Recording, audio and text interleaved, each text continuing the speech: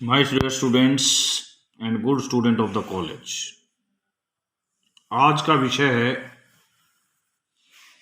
Question है given the following frequencies of positive classes, find the frequency of positive classes, find the frequencies of rest of classes. ये आपको given है, बाकी आपने classes निकालना है। अब देखो, इसके अंदर नंबर ऑफ एट्रीब्यूट्स 3 हैं, ए बी सी, तो टोटल क्लासेस 3 27 बनेंगे।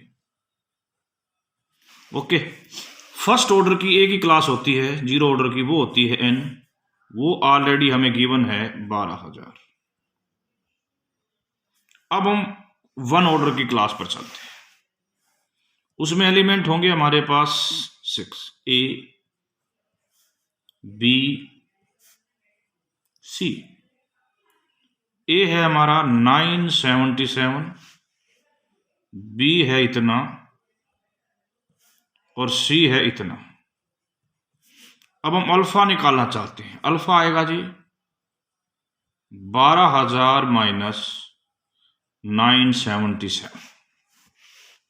फिर हम बीटा निकालना चाहते हैं, वो आएगा जी 12,000 यानी कि n माइनस बी। फिर हम गामा निकालना चाहते हैं, वो आएगा जी n माइनस सी। तो 1 और 6 7 क्लासों का, मतलब 2 ऑर्डर की क्लासों पे चलते हैं। 2 ऑर्डर की क्लास होगी, पहले हम ए बी की लिखते, ए और बी की लिखते हैं, ए बी, ए बीटा,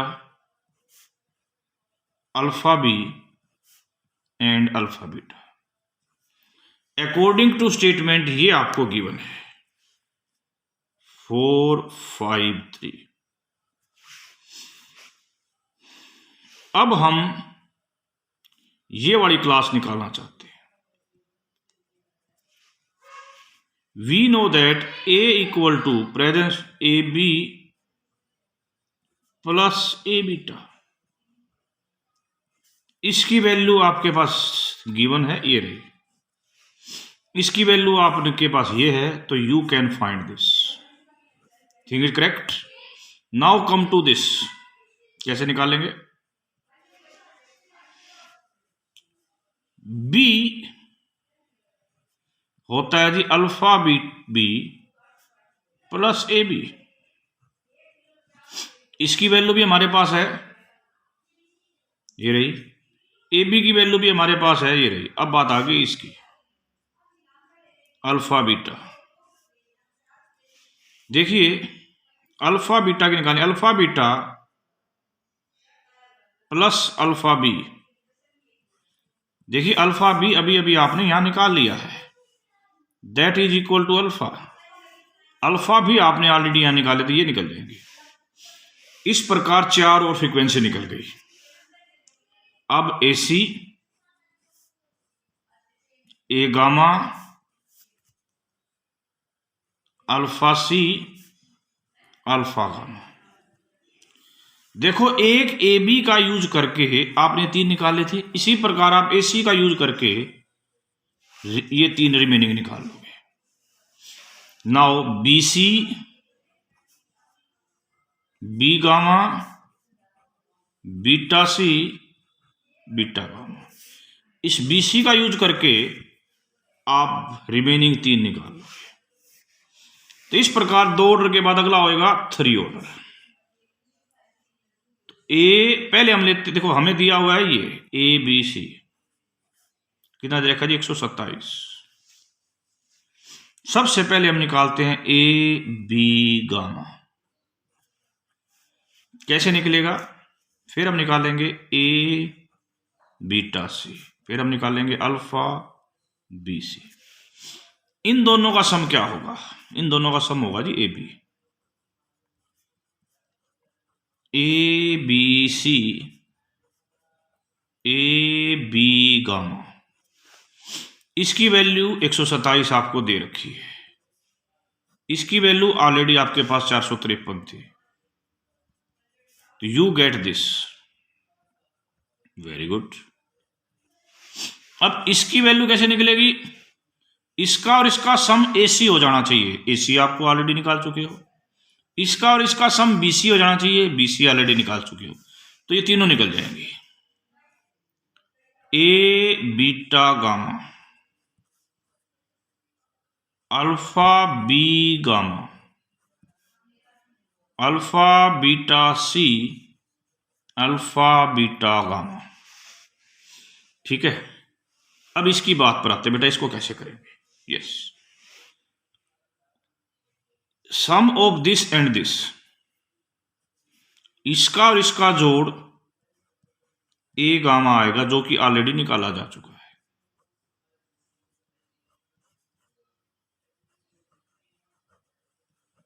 ये आपके पास है, ये आपके पास ऑलरेडी है, ये निकल जाएगा। इसी प्रकार अब एक ये निकलने के बाद बहुत सा खेल आसान होने जा रहा है। इसका और इसका जोड़ अल्फा बीटा आएगा, ऑलरेडी निकल चुका है, जोड़ के अल्फा बीटा है। इसका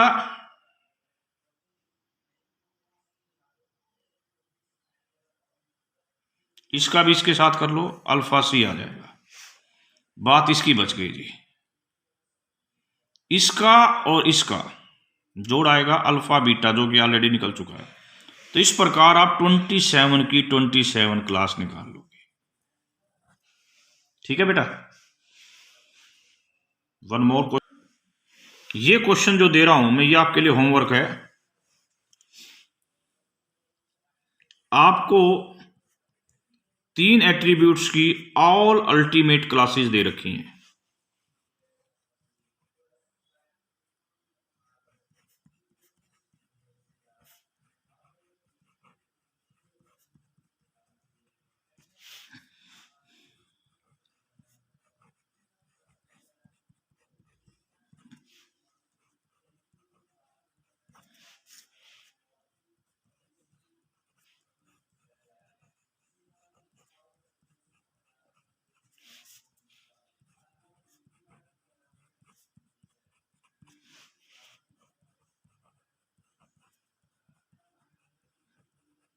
रिमेनिंग क्लासेस निकालिए। आपके लिए होमवर्क दूसरा,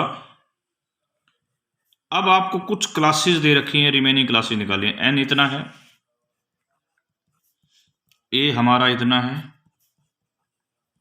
b हमारा इतना है, c इतना है, ab, ac, bc और abc। बेटा इस प्रकार के कितने ही क्वेश्चन बनाए जा सकते हैं। ठीक है, next question, show that if a occurs in a large proportion of the cases where B is then where B is not, then B will occur in a larger proportion of cases where A is then where A is not। पहले इस question का meaning समझिए। हमें given ये है कि AB बटे B A beta बटे बीटा से लार्जर है। प्रूव क्या करना है? Prove that AB by A इससे बड़ा होगा। ओके बेटा, अब हम इसकी बात करते हैं, क्योंकि ये सारी फ्रीक्वेंसी पॉजिटिव होती हैं। आप इसको ऊपर ले जाइए,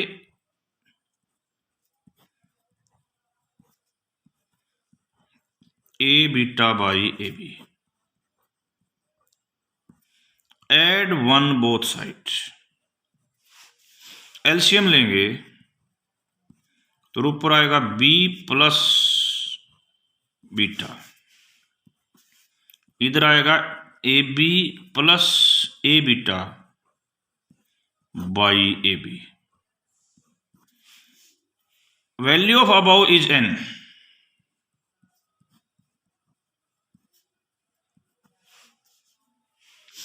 and value of this is A. Now interchange this, we get N A B A B. Now use N is equal to N plus A plus alpha A. Here use AB plus alpha B divided by AB. We get 1 plus alpha A 1 plus alpha B बटे A B. तो alpha A greater than alpha B A B, which provide AB by A require results। ठीक है, next, अब हम इसके बहुत ही important point की तरफ बात करने जा रहे हैं, जिसका नाम है consistency of data.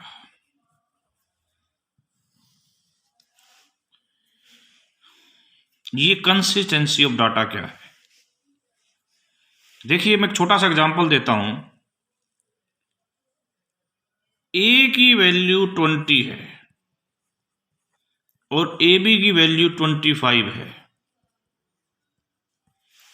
In same population,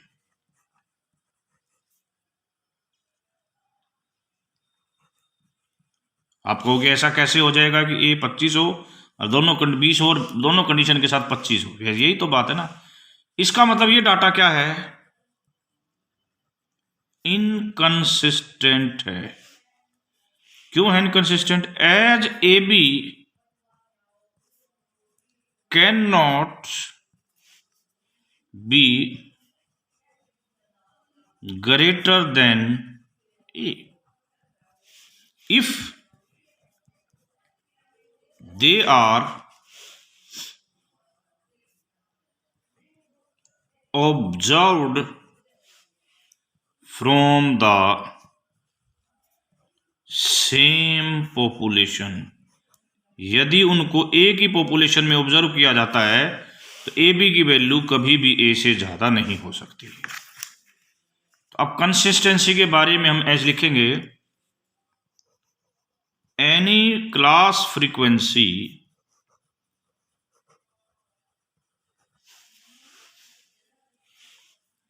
which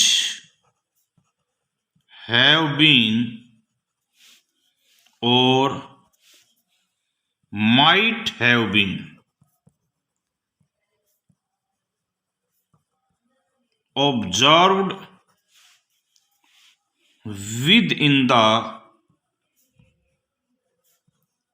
same population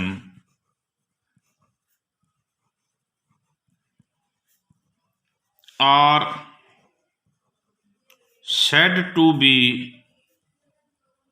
consistent if they conform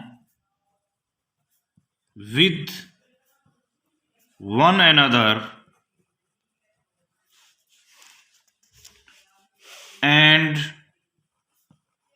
do not any way conflict, कहीं भी कन्फ्लिक्ट ना हो। दूसरी भाषा में बात एक वर्ड्स में ये भी कह सकते हैं, consistency of A set of class frequencies may be defined as the property that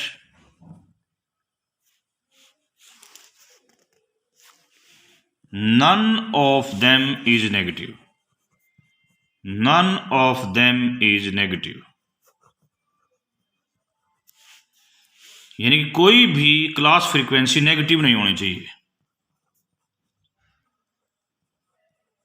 otherwise the data for class frequencies are said to be inconsistent. Okay अब यदि एक इस बात को बड़ी क्लैरिटी से देखा जाए तो एक ही बात सफिशिएंट है, the necessary and sufficient condition.